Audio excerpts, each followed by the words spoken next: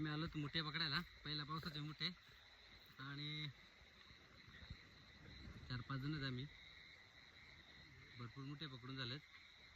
तर मग चला तुम्हाला मुठे दाखवतो मी.